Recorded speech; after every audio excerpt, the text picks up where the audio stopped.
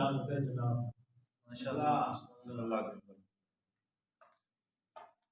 ماشاءاللہ لا حول ولا قوة الا باللہ العلی العظیم.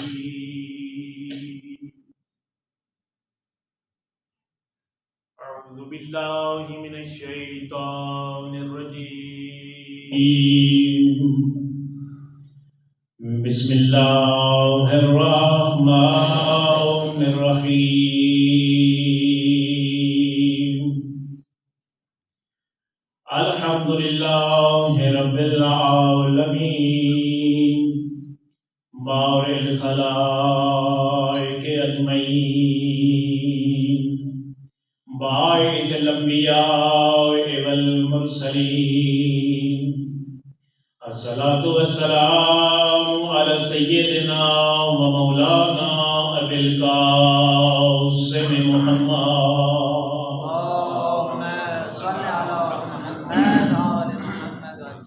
وعلى أهل بيت الطيبين الطاهرين المعصومين الهداة المهديين سيما بقية الله في الأرضين أرواحنا للتراب مقدمه الفداء ولعنة على أعدائهم أجمعين. أما بعد قال الرحمن في القرآن الكريم ألف لام ميم صلوات.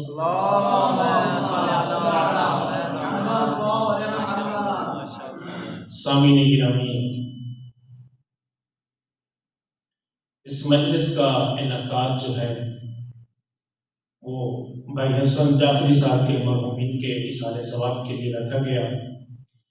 دعا ہے کہ خداوند کریم بھائی کے مرحومین کی بخشش و مغفرت فرمائے اور ان کے درجات عالی و متعالی فرمائے، اور جتنے مومنین مومنات اس دنیا سے چلے گئے جن کا فاتحہ پڑھنے والا کوئی نہیں، خدا ان کی بخشش و مغفرت فرمائے. اور پہلی اور آخری دعا، بہت بڑی دعا، کریم اللہ جلد از جلد وقت کے امام کا ظہور فرما. جملہ دعاؤں کی قبولیت کے لیے صلوات.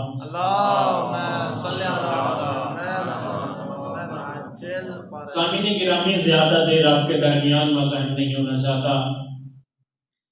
قرآن کریم کی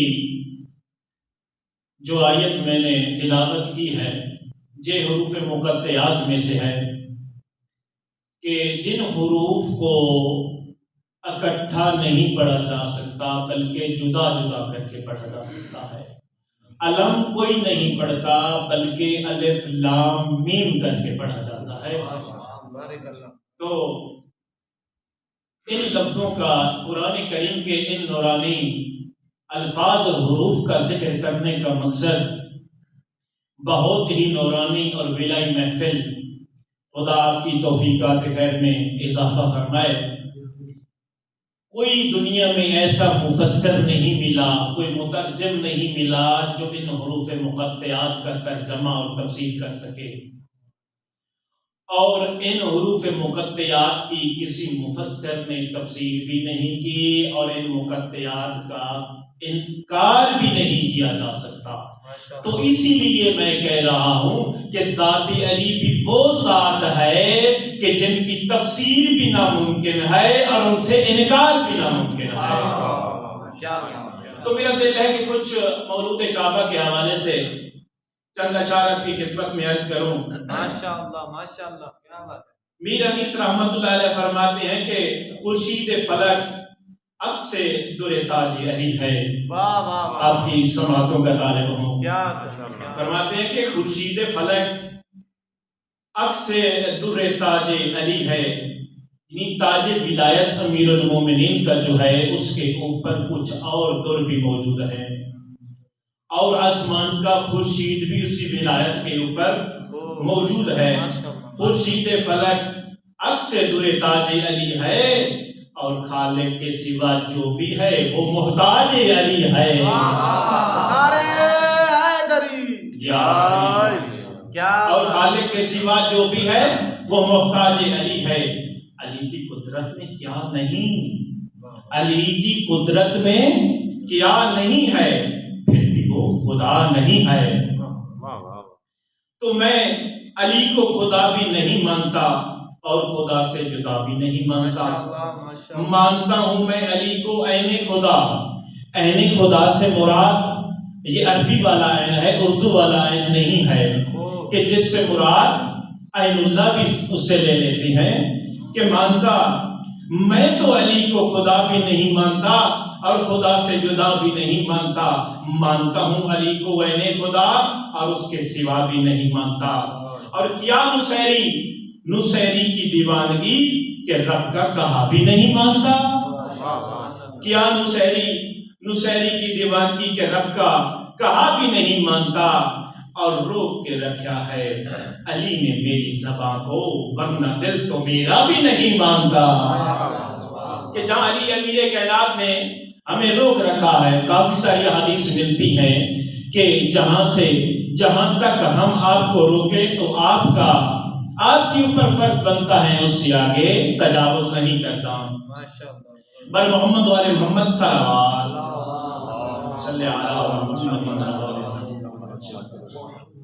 جشن انوار رجب کی عجیب خوشی ہے سامعین گرامی کہ خود کریم اللہ اپنے حبیب کو ارشاد فرما رہا ہے اگر یہی جشن میں عرش پہ منا لوں تو میرا رجب، تو فرش پہ منا لے تو تیرا رجب ہو جائے گا۔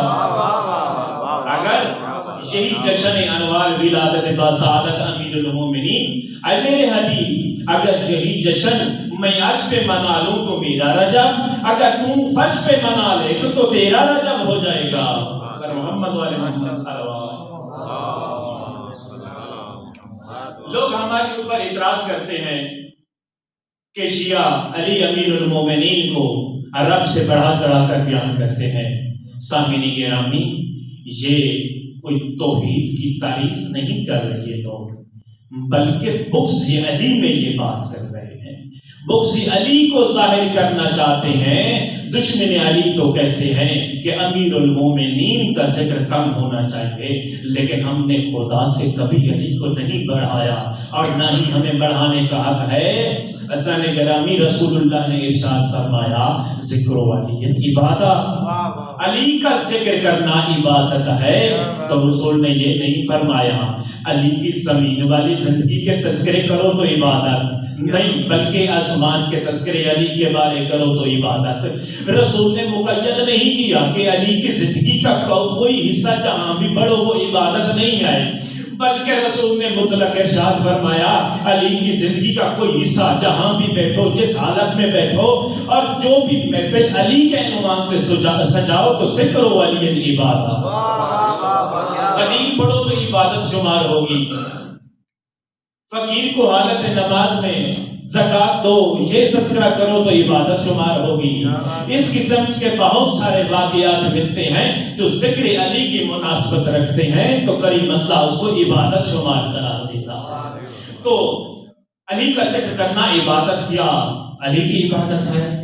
نہیں سامعین گرامی، علی کا ذکر کرنا اللہ کی عبادت ہے۔ پر محمد والے محمد صلی اللہ علیہ وسلم۔ تو جب طریق کی ورگردانی کی جاتی ہے تو علماء اہل سنت وہ خود امیر المومنین کا لقب حضرت علی کرم اللہ وجہہ کہتے ہیں اور باقی سارے صحابہ کو رضی اللہ تعالی عنہ کہتے ہیں۔ تو میں سوال کرتا ہوں کہ علی امیر کائنات کے ساتھ کرم اللہ وجہہ کا لقب لگاتے ہو، کسی اور فلاں صاحب کرم اللہ وجہہ کو کیوں کرم اللہ وجہہ نہیں کہتے؟ تو وہ اہل سنت علماء جواب دیں گے کہ کرم اللہ وجہہ فقط خاص لقب امیر المومنین کا ہے۔ تو اس کی وضاحت میں علماء اہل سنت کہتے ہیں کہ کرم اللہ وجہہ کا مطلب یہ ہے کہ جس کو اللہ نے احترام دیا ہو، جس کو اللہ نے عزت دی ہو، جس کو اللہ نے اکرام دیا ہو۔ اور اس کا مطلب ایک اور بھی بنتا ہے کہ کرم اللہ وجہہ کو اسے کہتے ہیں کہ جس شخصیت نے اپنی ساری زندگی میں کسی ایک لمحہ میں بھی بتوں کے سامنے سجدہ نہ کیا ہو. پر محمد و آل محمد صلوات.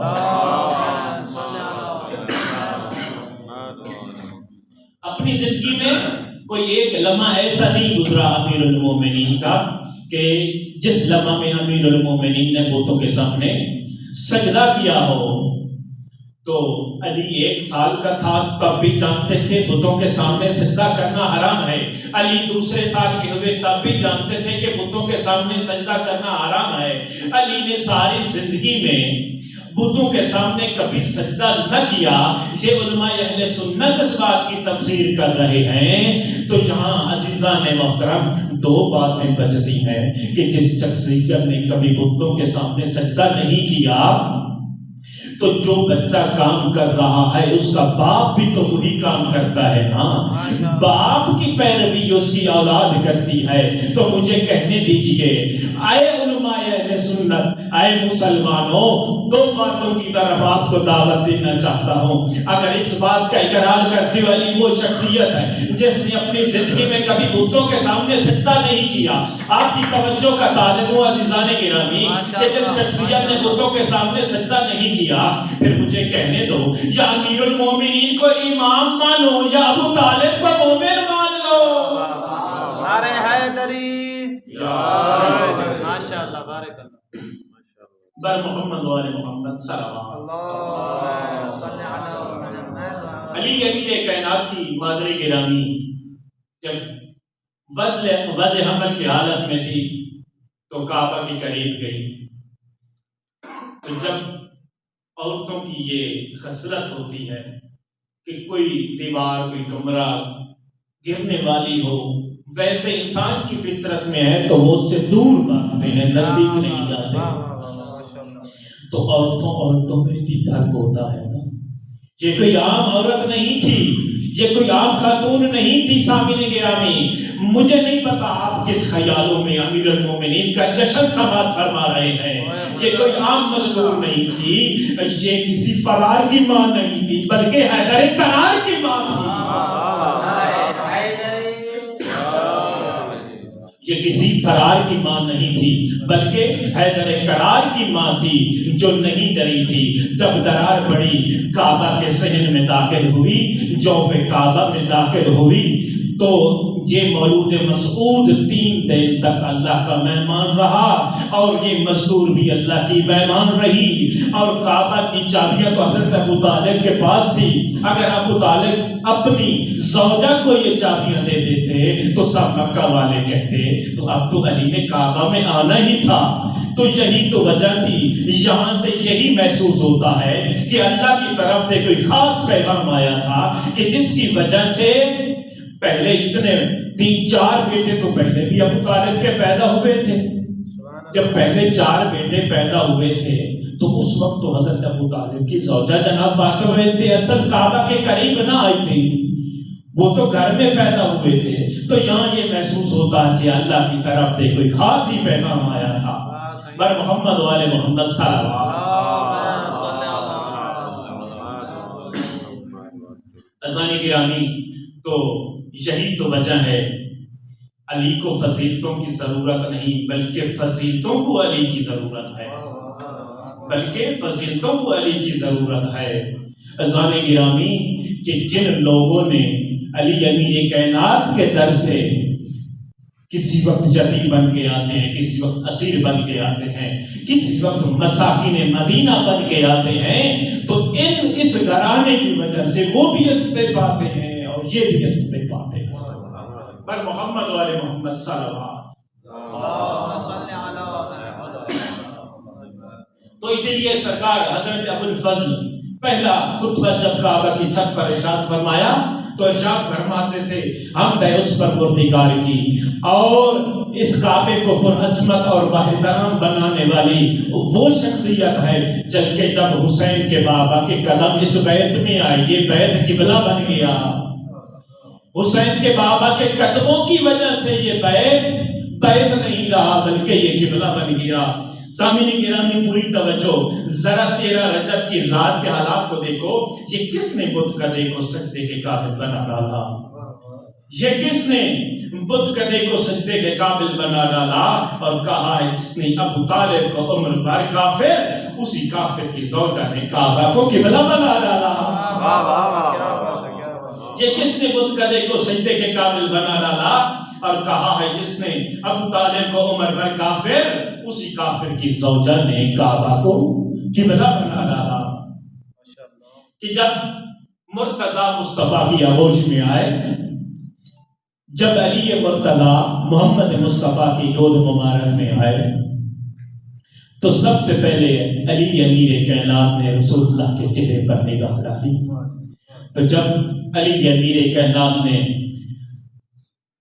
اللہ کی کلی رحمت کے چہرے پر نگاہ ڈالی، تو اس وقت محمد مصطفیٰ نے ارشاد فرمایا، یا علی خصصتنی بالنظر، تو نے مجھے مخصوص کیا، وخصصتک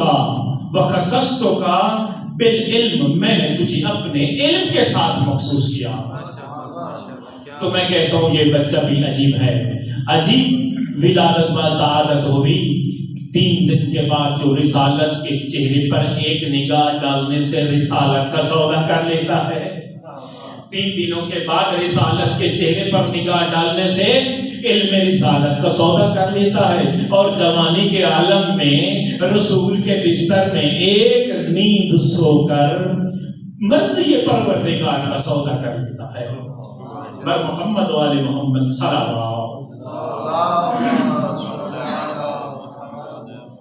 تو رسول اللہ قرآن مجید کی تلاوت علی امیر کائنات کی زبان سے سماعت فرما رہے تھے، تو قرآن سنتے ہی اسی جگہ پہ شاعر نے قلم اٹھائی، اپنی خوبصورت انداز میں الفاظ تحریر فرمائے۔ شاعر کہتا ہے کہ جب رسول اللہ امیر المومنین کی زبان سے کلام الہی کی تلاوت سن رہے تھے، تو شاعر کہتا ہے ہر شخص ایک بات کو پاتا نہیں تھا۔ امیر المومنین کے پہلے جو وقت گزرا تھا، شاعر اس کی عکاسی کرنا چاہتا ہے کہ ہر شخص ایک بات کو پاتا نہیں تھا، ہر لفظ ایک ذہن میں سماتا نہیں تھا۔ بڑی توجہ کا طالب ہوں، ہر شخص ایک بات کو پاتا نہیں تھا، ہر لفظ ایک ذہن میں سماتا ہی نہیں تھا۔ پھر قرآن سناتے تھا کس کو محمد، قرآن کسی اور کو آتا ہی نہیں تھا، قرآن کسی اور کو آتا ہی نہیں تھا۔ بر محمد و آل محمد صلوات۔